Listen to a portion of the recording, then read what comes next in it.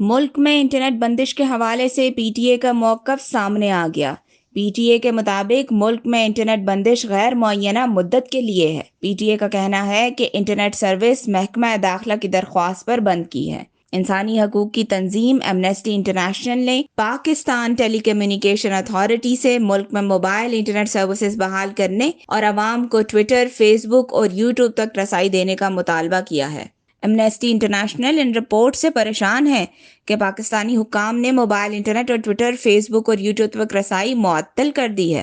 بیان میں کہا گیا کہ یہ معلومات تک لوگوں کی رسائی اور اظہار رائے کی آزادی کو محدود کرتا ہے۔ ہم پاکستان ٹیلی کمیونیکیشن اتھارٹی اور وزارت داخلہ سے فوری طور پر اس پابندی کو واپس لینے کا مطالبہ کرتے ہیں۔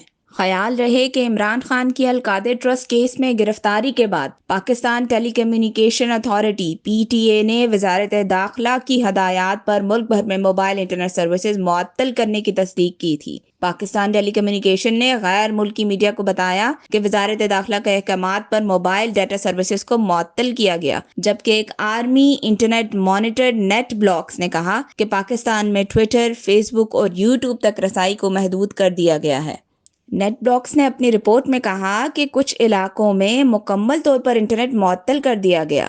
Real time network data درج کرنے کے وقت پاکستان میں کچھ موبائل اور فکس لائن انٹرنیٹ سروسز پر بندش کی نشاندہی کی گئی، جہاں پاکستان بھر میں 30 وانٹیج پوائنٹ اور 60 پیمائش کے ابتدائی نمونوں کی نگرانی کی گئی۔